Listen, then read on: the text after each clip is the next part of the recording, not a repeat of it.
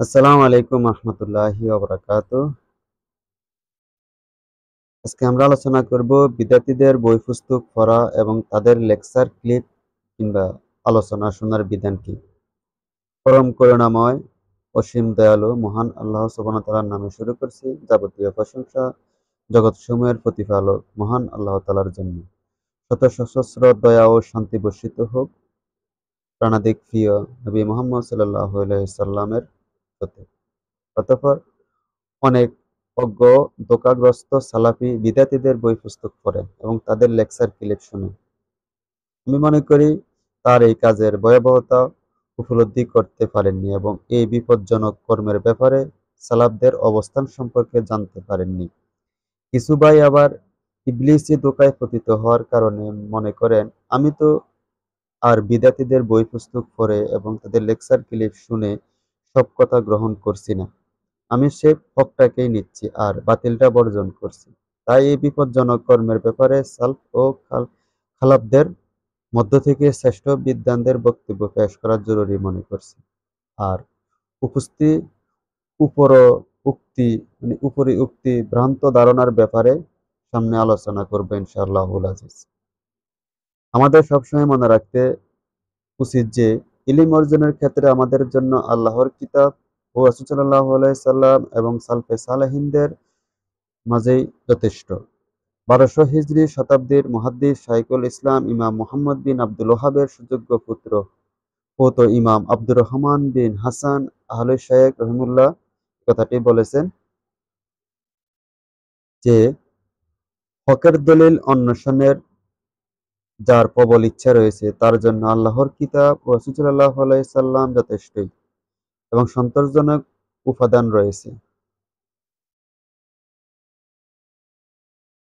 এই দুটি বস্তু প্রত্যেক তাওহীদবাদী ও জ্ঞানীর অস্ত্র, কিন্তু আহলুস সুন্নাহ গ্রন্থসমূহ আগ্রহী ব্যক্তিকে পথের পাথেয় যোগায় এবং কিতাব ও সুন্নাহ বুঝতে সাহায্য করে। তোমাদের কাছে আমাদের শায়খ রহিমাহুল্লাহর গ্রন্থসমূহ রয়েছে, যা গবেষণার জন্যই যথেষ্ট।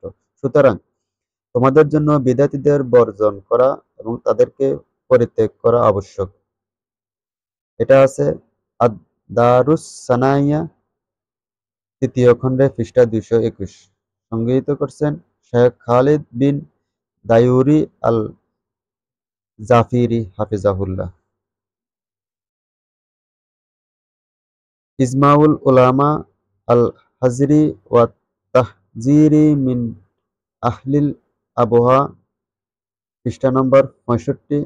আবার মক্তবাতুল আশালাতিল আশারিয়া জেদ্দা কর্তৃক প্রকাশিত ১৪২৩ হিজরি ২০০২ খ্রিস্টাব্দে ৩য় প্রকাশনায় এটা উল্লেখ আছে।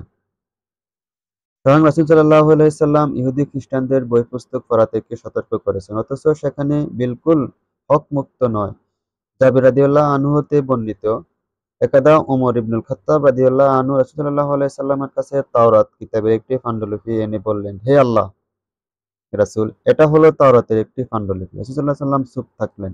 এরপর ওমর রাদিয়াল্লাহু তাআলা আনহু তাওরাত পড়তে আরম্ভ করলেন। এদিকে রাসূল সাল্লাল্লাহু আলাইহি সাল্লাম রাগের মুখমণ্ডল বিবর্ণ হইতে লাগল। আবু বকর রাদিয়াল্লাহু আনহু বললেন, ওমর, তোমার সর্বনাশ হোক। তুমি কি রাসূল সাল্লাল্লাহু আলাইহি সাল্লাম বিবর্ণ মুখমণ্ডল দেখছো না? ওমর রাদিয়াল্লাহু তাআলা আনহু রাসূল সাল্লাল্লাহু আলাইহি সাল্লামের চেহারার দিকে তাকালেন এবং চেহারার ক্রোধান্বিত ভাব লক্ষ্য করে বললেন, আমি আল্লাহর শাস্তি ও তার রাসূলের ক্রোধ হতে পানাহ চাচ্ছি। আমি রব হিসাবে আল্লাহ তাআলার উপর এবং দ্বীন হিসাবে ইসলামের উপর এবং নবী হিসাবে মুহাম্মদ সাল্লাল্লাহু আলাইহি সাল্লামের উপর সন্তুষ্ট আছি। অথবা রাসূল সাল্লাল্লাহু আলাইহি সাল্লাম বললেন, আল্লাহর কসম, যার হাতে আমার জীবন, যদি তাওরাতের নবী স্বয়ং মুসা আলাইহিস সালাম তোমাদের মধ্যে থাকতেন আর তোমরা তার অনুসরণ করতে এবং আমাকে ত্যাগ করতে, তাহলে তোমরা সঠিক সরল পথ থেকে বিচ্যুত হতে এবং পথভ্রষ্ট হয়ে যেতে। মুসা আলাইহিস সালাম যদি এখন জীবিত থাকতেন এবং আমার নবুয়তের যোগ পেতেন, তাহলে নিশ্চিতভাবে তিনি আমার অনুসরণ করতেন। দারিমি হাদিস নাম্বার ৪৫৯, মিশকাত হাদিস নাম্বার ১৯৪ তে আছে। এর সনদ হচ্ছে হাসান। এমনকি কতিপয় ইমাম বিদ্যার্থীদের বই পুস্তক না পড়ার উপর ইলম ইজমান বর্ণনা করেছেন। তারা বলেননি যে তোমরা বিদেশীদের বই পুস্তক পড়ে এবং তাদের কথাবার্তা শুনে তা থেকে হকটা গ্রহণ করো আর বাতিলটা বর্জন করো। ইমাম ইবনুল কাইয়্যিম রাহিমাহুল্লাহ, যার মৃত্যু 313 হিজরিতে, কে আল্লাহর নাম ও গুণাবলী সমালোচনার প্রসঙ্গে প্রশ্ন করা হলে তিনি বলেন, এটি একটি নব আবিষ্কৃত বিদআত যা তারা আবিষ্কার করেছে। মুসলিমদের ইমামগণ, মাযহাবসমূহের প্রধানগণ এবং দ্বীনের ইমামগণ যেমন মালিকি, সুফিয়ান, আওজাঈ, শাফি, আহমদ, ইসহাক, ইয়াহইয়া বিন ইয়াহইয়া, ইবনুল মুবারক, মুহাম্মদ বিন ইয়াহইয়া, আবু হানিফা, মুহাম্মদ বিন হাসান, আবু ইউসুফ প্রমুখ এই বিষয়ে সমালোচনা করেননি। তারা এ ব্যাপারে নিরর্থক কথাবার্তা বলা থেকে নিষেধ করেছেন এবং তাদের সাথীদেরকে কিতাব ও সুন্নাহর দিকে পথ নির্দেশন করেছেন। সুতরাং এ ব্যাপারে নিরর্থক কথা বলা থেকে দূরে থাকো এবং সাথে সাথে তাদের বই পুস্তক পড়া থেকে দূরে থাকো। এটা বলছে ইমাম ইবনে তাইমিয়া রহমুল্লাহ আল ইস্তেকামাহ খণ্ডের প্রথম খণ্ডের 108 নম্বর পৃষ্ঠায় আছে।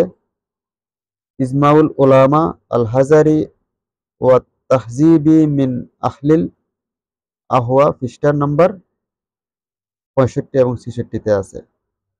ইমাম আবু মনসুর মামর বিন আহমদ রহিমাহুল্লাহ, যার মৃত্যু 418 হিজরিতে, তিনি বলেন, অতঃপর সুন্নাহর অন্তর্ভুক্ত হচ্ছে দ্বীনের ক্ষেত্রে রায় ও কিয়াস বর্জন করা, তর্ক বিতর্ক পরিত্যাগ করা, কাদেরিয়া ও যুক্তিবাদ সম্প্রদায়ের মতবাদের আলোচনা শুরু না করা এবং কালেমা শাস্ত্র, জ্যোতিষশাস্ত্রের বই পুস্তক পাঠ বর্জন করা। এটি এমন সুন্নাহ যে ব্যাপারে উম্মাহ ঐক্যবদ্ধ হয়েছে। ইমাম আবুল কাসিম আল আশবাহিনী রহিমাহুল্লাহ আল হুজ্জাহ ফি বায়ানিল মাজমুআ মাহাজ্জাহা খণ্ড 1 পৃষ্ঠা নম্বর 242-এ এটা আছে। ইজমাউল উলামা আলাল হাজরি ওয়াত তাহজিরি মিন আহলিল আহওয়া পৃষ্ঠা নম্বর 66-তে।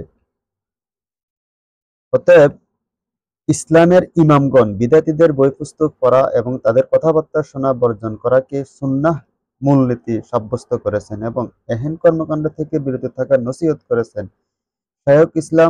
শাইখুল ইসলাম ইমাম মুওয়াফফাকাদুল দ্বীন ইবনুল কাদ্দামা রাহিমাহুল্লাহ বলেন, যার মৃত্যু 620 হিজরিতে, সুন্নাহর অন্তর্ভুক্ত হচ্ছে বিদাতীদের বর্জন করা, তাদের থেকে বিচ্ছিন্ন হওয়া, দ্বীনের ব্যাপারে তর্ক বিতর্ক পরিত্যাগ করা এবং বিদাতীদের বই পুস্তক পড়া এবং তাদের কথা শোনা বাদ দেওয়া। আর দ্বীনের মধ্যে প্রত্যেক নবাবিষ্কৃত বিষয় হলো বিদআত। ইমাম ইবনুল কাদ্দামা রাহিমাহুল্লাহ নুমআতুল ইত্তেকাদ পৃষ্ঠা নম্বর 33, ইজমাউল উলামা আলাল হাজরি ওয়াত তাহজিরি মিন আহলিল আহওয়া পৃষ্ঠা নম্বর 74। ইমাম ইবনুল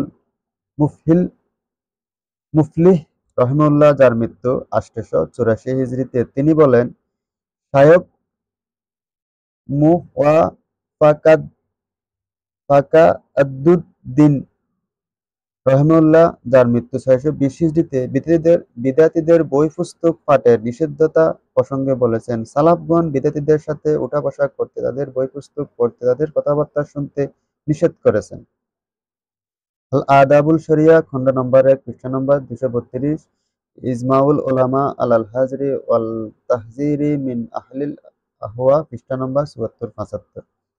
শাইখুল ইসলাম ইমাম ইবনে তাইমিয়া রহমুল্লাহ যার মৃত্যু 728 হিজরিতে, যখন এই বিষয়ে আলোচনা করছেন যে প্রত্যেক সে বিষয়ে আল্লাহর অবাধ্যতা উদ্ধৃত করে এবং আল্লাহর আনুগত্য থেকে নিষেধ করে, সেটাই আল্লাহর অবাধ্যতার শামিল। তিনি বলেছেন, এই বিষয়ে অন্তর্ভুক্ত হচ্ছে ওই ব্যক্তি কর্তৃক বিদাতীদের কথাবার্তা শ্রবণ, তাদের বই পুস্তক পাঠ, তার ক্ষতি করে এবং তাকে তাদের পথের দিকে এবং আল্লাহর অবাধ্যতার দিকে আহ্বান করা।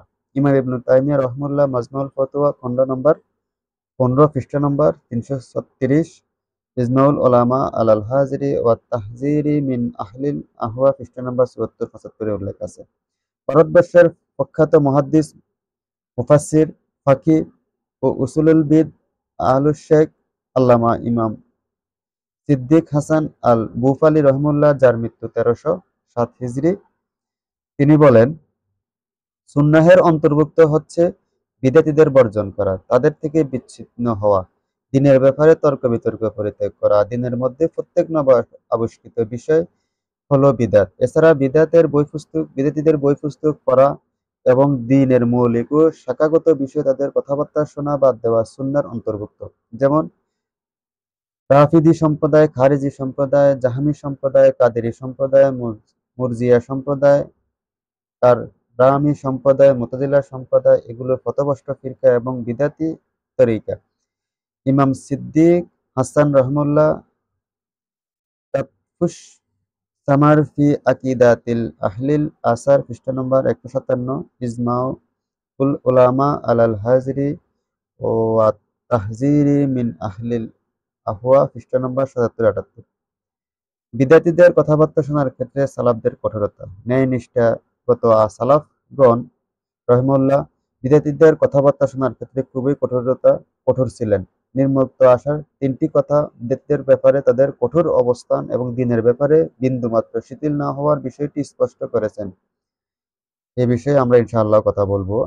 আসমা বিন উবাইদ রহিমাহুল্লাহ, যার মৃত্যু 141 হিজরিতে, তিনি বলেছেন, দুইজন বিদআতি ইবনুল সিরিনের মৃত্যু 110 হিজরির নিকট, যার মৃত্যু 110 হিজরি, ইবনে সিরিনের নিকট প্রবেশ করে বললেন, হে আবু বাকার, আমরা আপনার কাছে একটি হাদিস বর্ণনা করি। তিনি বললেন, না। তখন তারা দুজন বলল, তাহলে আমরা আপনাকে আল্লাহর কিতাব থেকে একটি আয়াত পড়ে শোনাই। তিনি বললেন, না। হয় তোমরা আমার নিকট থেকে উঠে যাবে অথবা আমি উঠে চলে যাব। বর্ণনাকারী বললেন, তারা দুইজনেই প্রস্থান করলেন। তখন এক ব্যক্তি বলে উঠল, হে আবু বাকার, আপনার কি ক্ষতি হতো যদি তারা দুজন আপনাকে আল্লাহর কিতাব থেকে একটি আয়াত পড়ে শোনাতো? তিনি বললেন, নিশ্চয় আমি আশঙ্কা করছি যে তারা দুজন আমার কাছে একটি আয়াত পড়বে, অতঃপর তারা সে আয়াতে বিকৃতি সাধন করবে, ফলে তা আমার অন্তরে গেঁথে যাবে।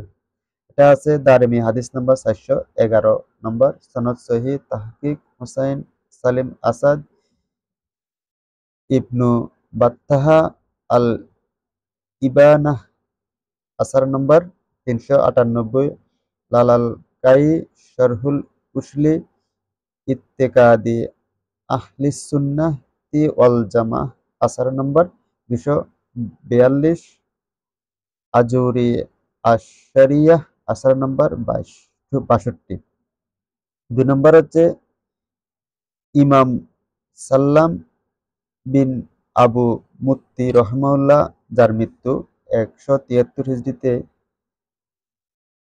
তিনি বর্ণনা করেন, একজন বিদআতি আইয়ুব রহিমাহুল্লাহ, যার মৃত্যু 131 হিজরি, তাকে বলল, হে আবু বাকার, আমি আপনাকে একটি শব্দ সম্পর্কে প্রশ্ন করি। বর্ণনাকারী বললেন, তখন তিনি দ্রুত প্রস্থান করলেন। এমত অবস্থায় তিনি তার আঙ্গুল দিয়ে ইশারা করে বলছিলেন, আধা শব্দও না।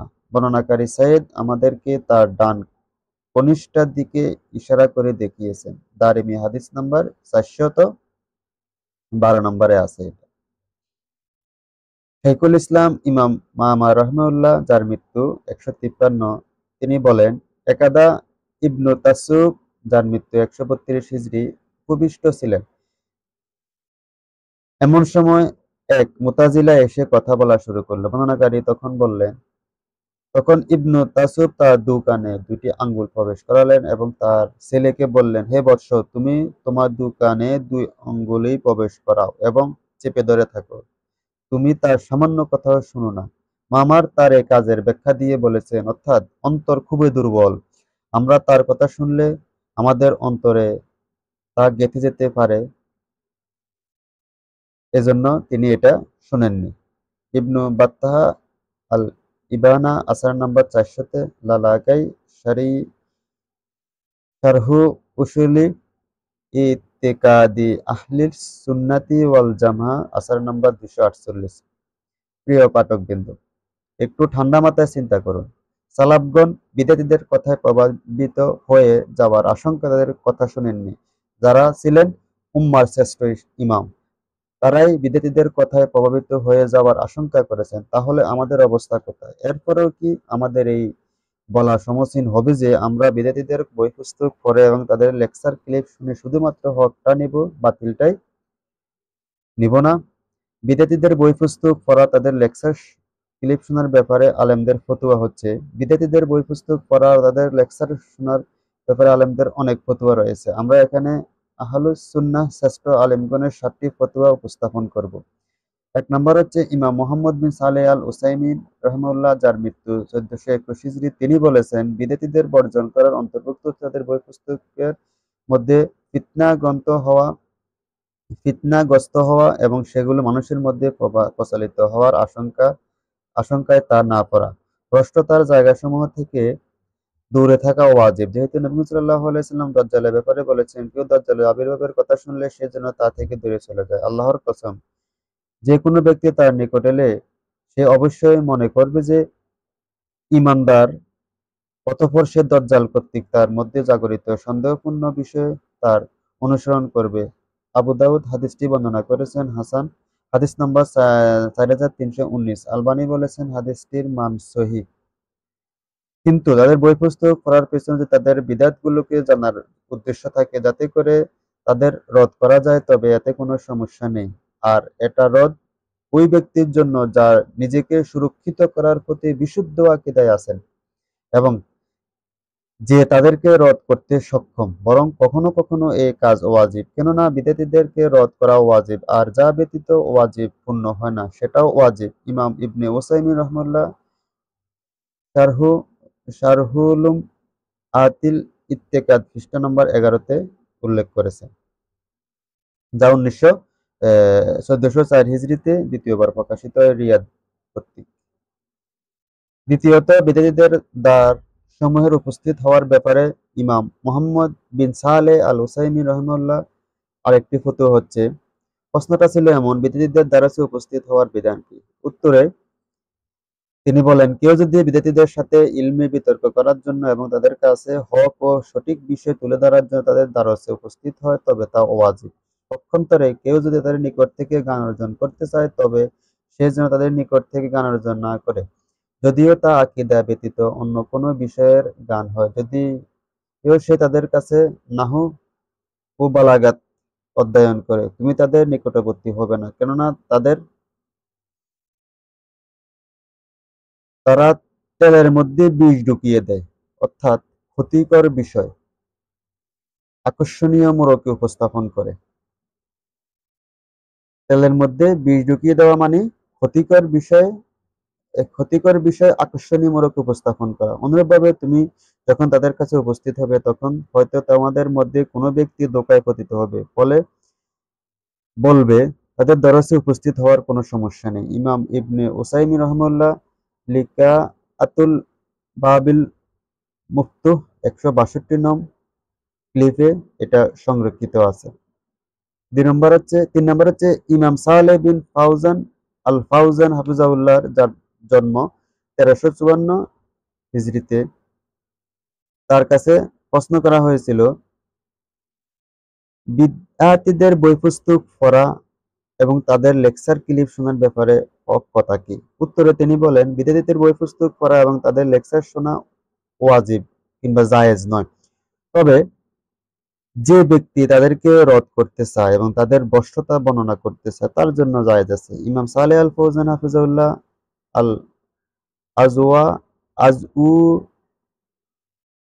আজউজিয়াবাতুল মুফিদাহ আন আসইলাতিল মানাহিজিল জাদিদ পৃষ্ঠা নম্বর 70-এ বর্ণনা করেন। 3 নম্বর, ইমাম সালেহ বিন ফাউজান আল ফাউজান হাফিজাহুল্লাহর প্রদত্ত ফতোয়াটি হলো, তার নিকট প্রশ্ন করা হয়েছিল,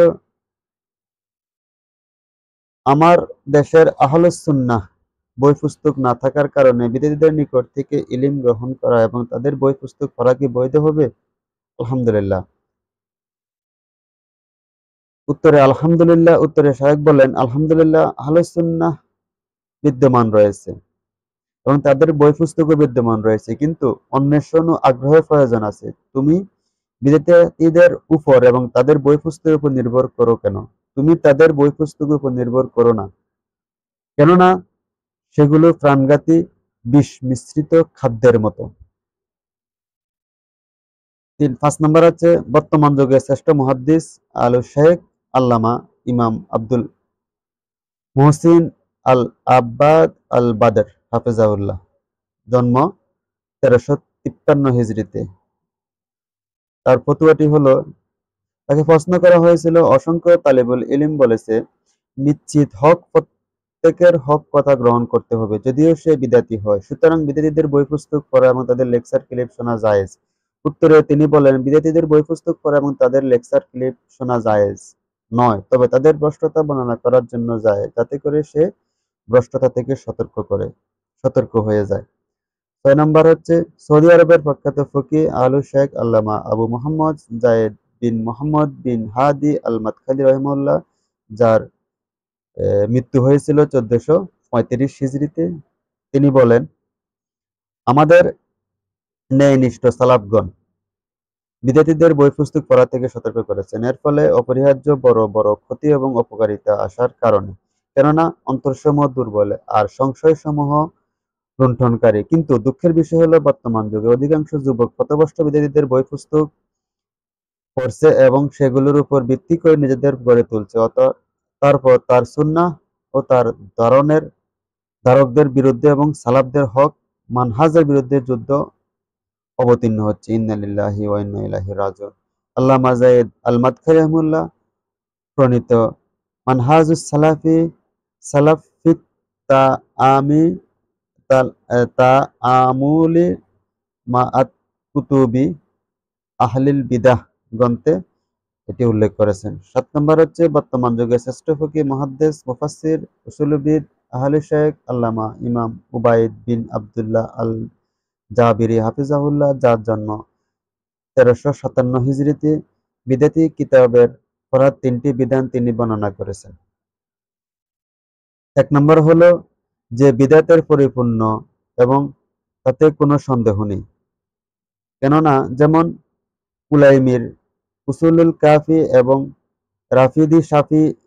রাফিদি শিয়াদের অন্যান্য বই, এমন বই পড়া হারাম। তবে কোনো সমর্থবান আলেম যদি কোনো সম্প্রদায়কে তাদের বই দিয়ে রদ করতে চান, তাহলে সেটা জায়েজ। তোমরা কি শুনেছ? সত্য হলো দুটি, সমর্থবান আলেম হতে হবে, 2 নম্বর হচ্ছে তিনি তাদের বই দিয়ে তাদেরকে রদ করার ইচ্ছা করেন।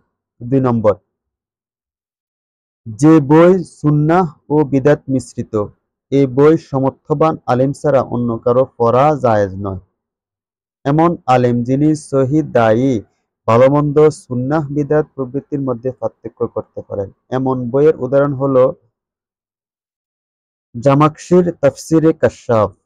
জামাখশির ছিল কঠোর মুতাজিলা, তার ধার্মিক কূটকৌশল সে তার মুতাজিলা আকীদা বইয়ে প্রবিষ্ট করতে। আলেমদের মধ্যে যারা সমর্থবান, তারা এই বইয়ের উল্লেখিত শব্দার্থ, অলঙ্কারশাস্ত্র, আরবি ভাষার চমৎকার বাক্যবিন্যাস শাস্ত্র, ভাষাবিজ্ঞান, নাহুশাস্ত্র প্রভৃতি থেকে উপকার লাভ করতে পারেন, যতক্ষণ পর্যন্ত তার কাছে সহিহ, দঈফ, ভালোমন্দ, সুন্নাহ বিদআত প্রভৃতির মধ্যে পার্থক্য করার সক্ষমতা থাকে, তাহলে সে এটা করতে পারবে। 3 নম্বর হচ্ছে যে বই বিদআত থেকে মুক্ত, বইয়ের লেখক বিদআতি, কিন্তু এ বইয়ে কোনো বিদআত নেই। যেমন কেউ ফিকহ-শাস্ত্রের বই লিখেছে, পবিত্রতা, ব্যবসা-বাণিজ্য প্রভৃতির ক্ষেত্রে বই লিখেছেন এবং বইয়ের কোনো বিদআতই প্রবিষ্ট করেননি। সে বলে যে আমার আমার কোনো ব্যাপার নেই, আমি জীবিকা নির্বাহের জন্য বই লিখিনি, আমি এই বইয়ের মধ্যে রিজিক অন্বেষণ করি। সে হয়তো কোনো হাদিস গ্রন্থের অধ্যয়নগুলো বিন্যস্ত করে হাদিসের নম্বর দেয় এবং তাতে কোনো বিদআত প্রবেশ করায় না। যদি কোনো সমর্থবান আলিম এই বই পড়ার পরামর্শ দেন, তাহলে আমিও তোমাকে তা অধ্যয়ন করার পরামর্শ দেই। আর সেই আলিম তোমাকে বলে যে অমুক লোকের এই বইয়ের কোনো বিদাত নেই, সেটা আমি পড়েছি এবং পরীক্ষা নিরীক্ষা করেছি, অমুক বইয়ের কোনো বিদাত নেই, তাহলে ওই বই পড়ার কোনো আপত্তি নেই। আমি বলছি, সংকলক তিনি বলছেন, শেষোক্ত ফতোয়াটির মধ্যে বিদ্যার্থীদের বই পুস্তক পড়ার ব্যাপারে তাফসীলা তথা সুবিন্যস্ত হুকুম বর্ণনা করা হয়েছে। তাই আমি পাঠক মহোদয়ের উক্ত ফতোয়ার দিকে বিশেষভাবে নজর দিতে অনুরোধ করছি। আর বিদ্যার্থীদের নিকট থেকে ইলম নেওয়াকে বৈধ করার জন্য বিদ্যার্থীদের বেশ কিছু সংশয় পেশ করেছি। আলহামদুলিল্লাহ, ইনশাআল্লাহ সুবহানাহু ওয়া তাআলা আমাদেরকে সঠিকটা বুঝে শুনে আমল করার তৌফিক দান করুন। বারাকাল্লাহু ফিক। এই বইটি, এটার যে যাগুলো উল্লেখ করা হয়েছে সবগুলা অনুবাদ এবং সংকলনে ছিলেন মোহাম্মদ আব্দুল্লাহ মিদা। আল্লাহ সুবহানাহু ওয়া তাআলা আমাদেরকে সুন্নাহ এবং বিদআত, শিরক থেকে আল্লাহ সুবহানাহু ওয়া তাআলা আমাদেরকে রক্ষা করুন। সুন্নাহ আমল করার তৌফিক দান করুন। বিদআত ও বিদআতি আমল থেকে, শিরক এবং শিরকি আকীদা থেকে আমাদেরকে বাঁচিয়ে রাখুন। কাল কিয়ামতের ময়দানে আল্লাহ সুবহানাহু ওয়া তাআলা আমাদের সকল ভালোটুকু গ্রহণ করে মন্দটুকু বাদ দিয়ে ভালোটুকুর কর্মগুলোর উসিলায় আমাদেরকে জান্নাতুল ফেরদৌস নসিব করুন। আমিন ইয়া রাব্বুল আলামিন। আসসালামু আলাইকুম ওয়া রাহমাতুল্লাহি ওয়া বারাকাতুহু।